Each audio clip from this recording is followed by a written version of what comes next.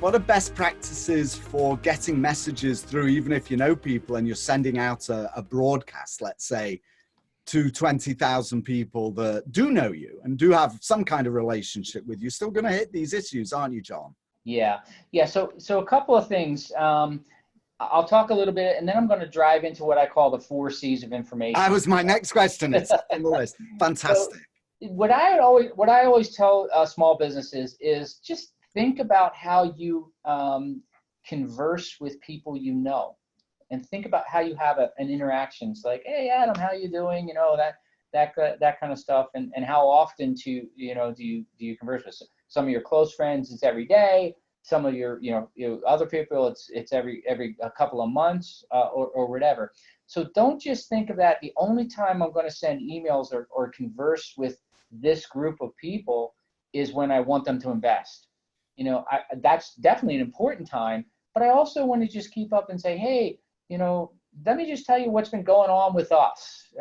Keep them close and involved so that when you do send them an email about investment, it's not something like that came out of the blue. It's like, oh man, I haven't heard from Adam in 5 years, and all of a sudden I'm getting. He's asking me for money.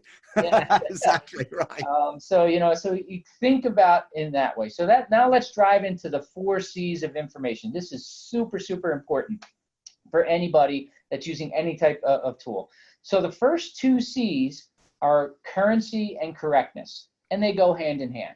If your information is not current, it's not going to be correct. And if it's not correct, it's not current. So what does that mean? Well, some people move offices or move house, right? And so they have a different address. Sometimes they move jobs and they have a different email address, whatever. So if you don't have the most current information on that, it's not going to be correct. And guess what? You're not going to be able to converse with them. So you have to, and that's why it's important to keep constant communication, because if you're constantly communicating, you're going to know that Adam moved because you're going to get a bounce back, and you're going to like, wow, Adam must have got a different email address, and what, that's weird. Well, I better go into LinkedIn and find out where did he go, and then maybe get that so I can clean up my information.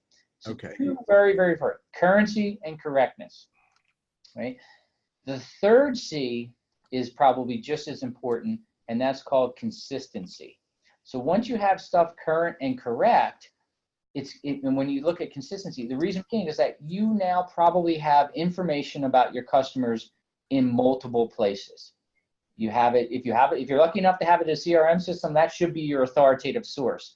But some people have it in their Outlook contacts, or their Gmail, or they have it in a spreadsheet, or they have it in their their little e-commerce system, or their whatever. There's information all over the place.